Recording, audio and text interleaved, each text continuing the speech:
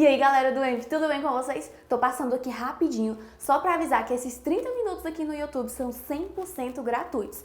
Mas se você quer assistir essa aula completa e quantas vezes você quiser, acesse o nosso curso completo. O link vai estar aqui na descrição e você vai assistir essa e várias outras aulas quantas vezes você quiser. Fica com essa aula inédita com a Lorena Raizama. Olá pessoal, boa tarde, tudo bem?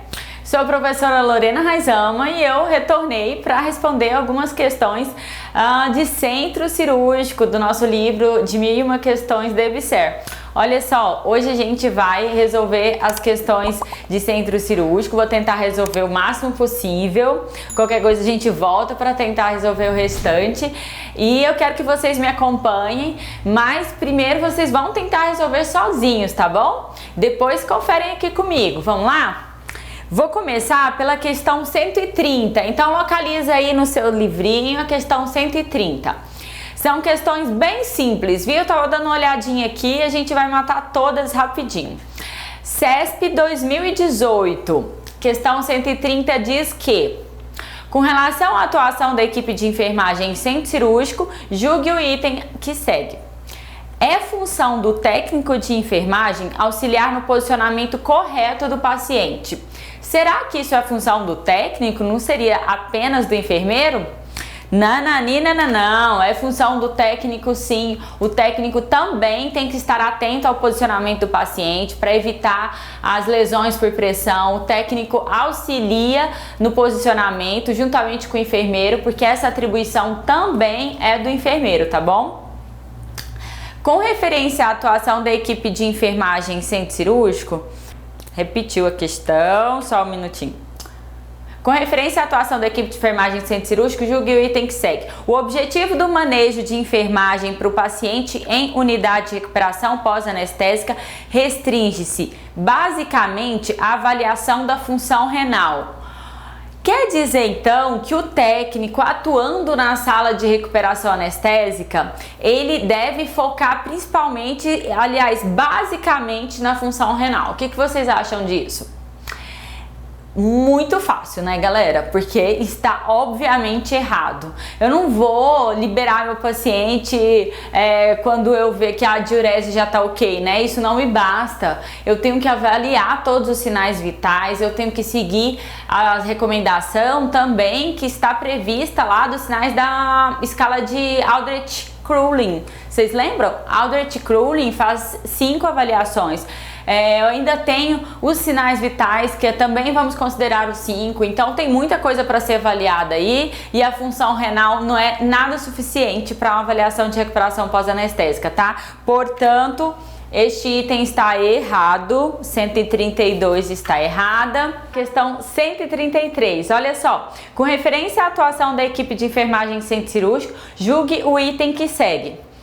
A sala de recuperação pós-anestésica deve ser equipada com leitos para o atendimento dos pacientes no pós-operatório até que eles estejam em condições de receber alta hospitalar. O que é alta hospitalar? É aquela que o paciente vai embora para casa, né? Este item está dizendo que eu devo manter meu paciente na sala de recuperação anestésica até que ele receba alta hospitalar? Que vocês acham, hein, galera? Olha só. Essa questão tinha gabarito falando que estava correto, mas ainda bem que foi anulada, porque não faz sentido. Depois de muitas contestações, foi fácil verificar. Não tem como eu pensar que eu vou manter um paciente na sala de recuperação pós-anestésica até alta hospitalar, porque o nome da sala já diz recuperação pós-anestésica, ou seja, é só enquanto o paciente ainda sofre os efeitos da recuperação de anestesia. Passou o efeito da anestesia, já não é este o ambiente mais adequado para esse paciente receber assistência, né? Então, essa questão, depois de muito ser questionada, foi anulada, tá bom? Vamos para 134. Com referência à atuação da equipe de enfermagem em centro cirúrgico, julgue o item que segue. Áreas semi-restritas correspondem àquelas que têm limites definidos para a circulação de pessoal e de equipamentos e que são destinadas ao uso privativo do pessoal vestido com a indumentária cirúrgica completa, com rígido controle de trânsito e de asepsia. Galera, a gente tem 3 classificações aí de restrita, semi-restrita e não restrita. Dentro do ambiente classificado como crítico, que é o centro cirúrgico, eu ainda vou fazer subdivisões de áreas restritas, semi-restrita e não restrita. O que é uma área não restrita?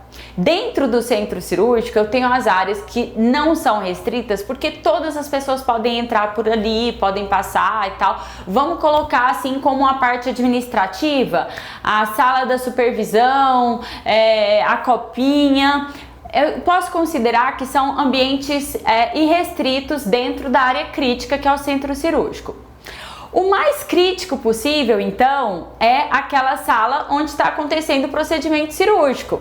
A sala onde está acontecendo o procedimento cirúrgico existe maior probabilidade de ocorrência de infecção. Então, é um ambiente restrito para a entrada de pessoas, as pessoas devem estar paramentadas. E olha só, aqui está dizendo que a semi-restrita corresponde àquelas que têm limite definido para a circulação de pessoal e equipamento. São destinados ao uso privativo, pessoa com vestimenta, ok, com rígido controle de trânsito e de asepsia. O que vocês acham? Tchanã! Galera, o rígido controle de asepsia, o rígido controle de entrada de pessoas é no ambiente restrito, não no semi-restrito, tá bom? O restrito é que a sala cirúrgica, o arsenal onde eu guardo meu material estéreo. O semi-restrito seria, por exemplo, o corredor onde as pessoas transitam, a sala de recuperação pós-anestésica. Eu não vou deixar qualquer pessoa transitar no corredor, não vou deixar qualquer pessoa transitar na sala de recuperação pós-anestésica, nem qualquer equipamento, não. Isso vai ter que ser controlado, com certeza, mas não tem o mesmo rigor que eu preciso ter na sala de cirurgia. Então vamos colocar por nível de periculosidade, nível de possibilidade de ocorrência de infecção. Então, ambiente restrito, semi-restrito e não restrito. O mais restrito possível dentro do centro cirúrgico seria a sala de cirurgia, que aí eu tenho um rígido controle de trânsito de pessoas, de equipamentos e de asepsia, com certeza, né? Então, este item está errado, porque esse controle tão rigoroso deve ser feito para o ambiente classificado como restrito e não semi-restrito, tá bom? Foi fácil essa também.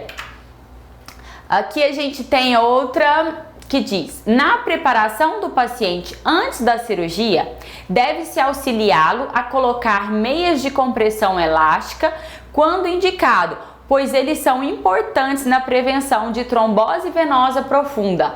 Galera, vocês lembram daquela cascata de coagulação, fator de trombina, protrombina, quando eu tenho um paciente com trauma, o risco que o trauma pode aumentar na formação de coágulos, que leva a trombos e eu posso levar meu paciente a uma trombose venosa profunda. Vocês devem lembrar de tudo isso daí, né? Agora que vocês já recapitularam tudo, olha só, está dizendo nessa alternativa que antes de começar a cirurgia, ou seja, quando eu estou preparando meu paciente, eu devo colocar as meias compressivas, aquelas meias que vão melhorar a circulação, melhorar o retorno venoso, pois elas são importantes para prevenir trombose venosa profunda. Lógico, essas meias são excelentes. A gente tem essa meia mais simples e tem aquela que fica massageando durante o procedimento cirúrgico. Essas são alternativas que a gente já encontrou para evitar a formação de trombo, principalmente quando o paciente vai ficar na mesma posição por um tempo prolongado, naquelas cirurgias longas. Essas meias são fundamentais. Portanto, a alternativa está correta. 135, certinha, tá? A 136 diz o seguinte: o expurgo é o local destinado à eliminação de matéria orgânica proveniente da sala de cirurgia, como secreções e excreções do paciente.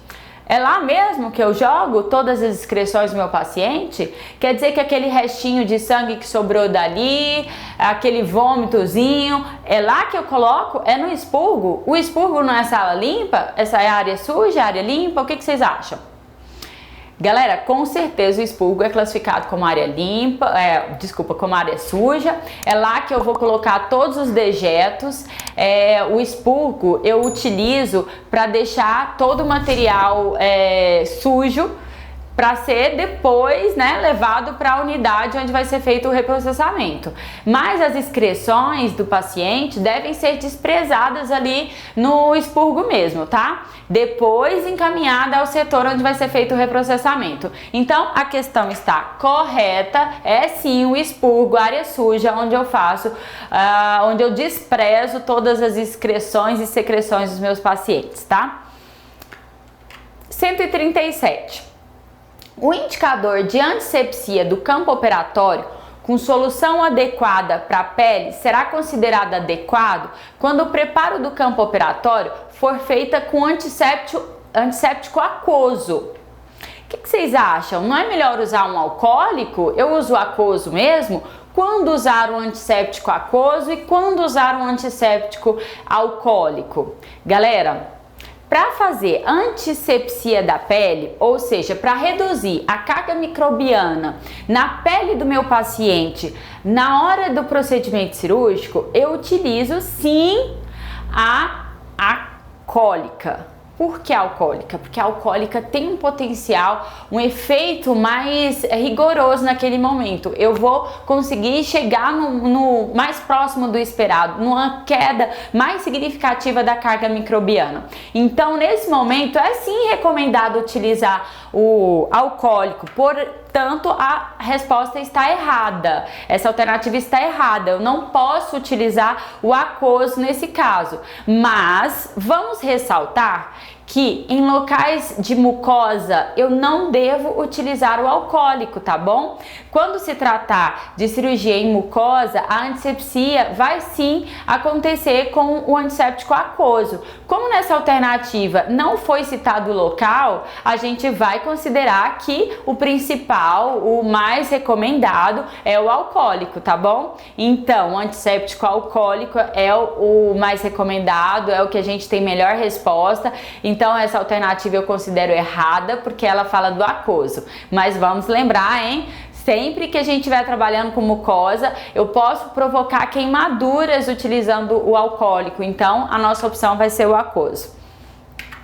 Na 138, galera, essa 138 é daquelas assim, para quem conhece instrumental cirúrgico ou para quem tá fazendo alguma prova voltada mesmo para instrumentação, para centro cirúrgico, que aí vocês já vão bem espertos com isso, né? Olha só, é muito específico, falando do tipo de instrumental cirúrgico. De um modo geral, as intervenções cirúrgicas são realizadas em 4 tempos básicos: diérese, hemostasia, exérese e síntese. Dentre os instrumentos utilizados na fase de hemostasia está, aí me deu aqui quais são os instrumentais. Primeiro vamos recapitular, né? Quando eu falo de diérese, eu estou fazendo no rompimento do tecido. Diérese é rompimento do tecido independente da quantidade, do tamanho. Imagina só, uma agulha é um instrumento de diérese. Por menor que seja o rompimento anatômico, eu ainda continuo considerando que isso também trata-se de diérese. Então, os instrumentais de diérese são os instrumentais cortantes, tá bom? O segundo tempo cirúrgico é chamado de hemostasia. Então eu cortei, sangrou, eu tenho que fazer hemostasia, estagnação de sangue. Eu tenho que evitar que o sangramento continue. E para isso eu vou utilizar as pinças hemostáticas. Tá bom? Então, o primeiro tempo é diérese, romper o tecido. O segundo tempo, hemostasia, eu vou evitar que o sangramento aconteça, né? A hemostasia pode ser preventiva ou pode ser aquela cirúrgica que acontece ali na hora quando eu faço pinçamento de um vaso sangrante. Estou fazendo um tipo de hemostasia. Então, quais pinças eu utilizo para fazer hemostasia? Dessas aqui a gente vai avaliar. Ainda tenho exérese. O que é exérese? Extirpar, retirar. Então, o terceiro tempo pode ser uma exérese ou não, tá? Porque pode ser a cirurgia propriamente dita. Por exemplo, numa cirurgia de histerectomia vaginal. Qual é o terceiro tempo? É a retirada do útero. O terceiro tempo, então, foi uma exérese. diérese. Mas se eu falar, por exemplo, de uma traqueostomia, eu não estou retirando nada, eu só estou colocando uma cânula. Aí eu considero como cirurgia propriamente dita, né, que é a inserção da cânula. Nesse caso, eu vou lembrar que este é o terceiro tempo cirúrgico. O quarto tempo é quando eu faço união das bordas. Eu abri, agora eu tenho que fechar, né? Então eu chamo de síntese. É o final do procedimento cirúrgico. Eu tenho que pensar quais são os instrumentais que eu uso para unir as bordas. Eu vou pensar em agulha também, mas agora a agulha é para fazer junção do tecido. Ela faz uma leve diérese para fazer uma síntese mais rigorosa, né? Então, primeiro tempo cortou, o segundo sangrou, vou ter que estagnar o sangue. O terceiro eu vou fazer o que eu espero da minha cirurgia, retirar alguma coisa ou colocar, sei lá. O terceiro tempo é exérese ou cirurgia propriamente dita. E o quarto tempo, que é a união das bordas. Agora que eu já lembrei desses conceitos, eu vou ter mais facilidade para responder essa alternativa. Dentre os instrumentos utilizados na fase de hemostasia está tesoura de maio. Olha só que óbvio, eu acabei de falar que a diérese é rompimento do tecido. Tesoura de maio vai fazer hemostasia ou vai fazer diérese? Logicamente vai fazer diérese, né? Porque trata-se de uma tesoura. E o bisturi? O bisturi, ele pode sim fazer hemostasia, mas ele também faz diérese. Como colocou aqui o bisturi ponto final, eu vou pensar naquele bisturi convencional, que vem com uma lâminazinha para eu acoplar. Esse bisturi, ele faz diérese. Se ele tivesse colocado aqui um bisturi elétrico, que eu tenho opção de coagulação, aí eu ia pensar na possibilidade de hemostasia também, porque a coagulação com o bisturi elétrico é um tipo de hemostasia, mas não foi o caso. Ele falou do bisturi, eu vou pensar no bisturi convencional. A terceira opção, letra C, ele diz porta-agulha. Galera, o instrumento de porta-agulha eu vou utilizar para fazer união das bordas. Então, olha só, o cirurgião vai usar o porta-agulha para ligar uma borda a outra, passando o fio de sutura. É a síntese por sutura que utiliza porta-agulha. Ah, e essa pinça Kelly? Eu não tô lembrada, não ficou claro, não deu para sacar qual é a dela aqui nessas 4 opções não, né? Diérese, hemostasia, exérese ou síntese? A Kelly, professor, eu não conheço instrumental, então eu não sei. Pela lógica, a gente eliminou os 3 primeiros, vamos guardar a Kelly? A última fala de afastador de Farabeuf. O Farabeuf é um instrumental que a gente considera instrumental especial, mas ele afasta as bordas. Vocês não iam em momento algum pensar que esse instrumental pudesse fazer hemostasia, tendo em vista que o nome já me deixa claro que ele afasta as bordas. É um instrumental especial que afasta bordas, portanto eu não posso pensar neste instrumento como hemostasia. Eu vou pensar mesmo na pinça Kelly. A Kelly é uma pinça que propicia a facilidade de clampeamento de um vaso. A Kelly é sim classificada como uma pinça hemostática. Espero que vocês tenham acertado aí, mas eu acho que vale muito a pena a gente pegar um livrinho daqueles instrumentais cirúrgicos e dar uma caprichada, tá? Vocês vão ver que temos mais questões trabalhando instrumentais cirúrgicos aqui. A gente tem a 139 dizendo o seguinte: em uma cirurgia de drenagem de abscesso anal, qual é a classificação por potencial de contaminação? Nossa, professora, eu já esqueci isso. Cirurgia limpa, potencialmente contaminada, infectada. Vamos relembrar? Olha só. Ele está falando de uma cirurgia de drenagem de abscesso anal. Mas, primeiro eu quero que você se lembre que é uma cirurgia limpa. Cirurgia limpa é aquela cirurgia que tem menor probabilidade de ocorrência de infecção. A classificação é o seguinte: limpa, potencialmente contaminada e infectada. A primeira é a limpa, ela tem menor potencial de contaminação. Depois eu vou descendo, né? Potencialmente contaminada tem um pouquinho mais possibilidade de ocorrência de contaminação, mas eu tenho que lembrar que ela está próxima da limpa, tá? A potencialmente contaminada é aquela cirurgia que teve acesso por locais onde eu já tenho microbiota, ou seja, micro-organismo do meu paciente que está morando ali. Eu chamo de bactéria residente porque ela já mora lá. E eu costumo dizer que se mora lá tem uso capião. Tem uso capião, não consigo remover não. Não adianta fazer uma antisepsia muito rigorosa porque eu não consigo eliminar totalmente a quantidade de micro-organismos nesse local. Eu só não posso facilitar que eles migrem para a área incisionada, tá bom? Mas tá, cirurgia limpa, ela é fechada, normalmente é uma cirurgia eletiva com planejamento e aí eu tenho menor possibilidade de ocorrência de infecção. Quando eu falo fechada, é porque ela não tem nenhuma porta aberta para entrada de micro-organismo. A potencialmente contaminada já tem uma porta aberta. É uma porta natural. Eu tô falando das narinas, eu tô falando da vagina, eu vou ter que avaliar. Quando eu falo assim, por exemplo, um procedimento que tem acesso a gastrostomia, acesso ao estômago, e é um acesso natural que eu tenho pela boca, então eu já considero que existe uma microbiota ali que eu não vou conseguir eliminar totalmente, mesmo que eu faça uma antisepsia rigorosa. Já a cirurgia contaminada, veio micro-organismo de fora. E se esse micro-organismo veio de fora, ele veio trazendo maior chance de contaminação. Eu tenho uma chance enorme de contaminação quando se fala de cirurgia contaminada, porque ela está na minha terceira escala. O micro-organismo não é do meu paciente, ele veio de fora. E se ele veio de fora, alguma coisa ele vai causar. Ele vai causar, por exemplo, aqueles sinais flogísticos. Edema, dor, rubor. É comum o paciente numa cirurgia contaminada queixar de algum desses itens aí, né? Porque meu paciente em cirurgia contaminada existe a presença de micro-organismos de fora. Vamos dar um exemplo aí de uma fratura exposta operada nas primeiras 4 horas. Veio muito micro-organismo de fora, afinal de contas está exposto.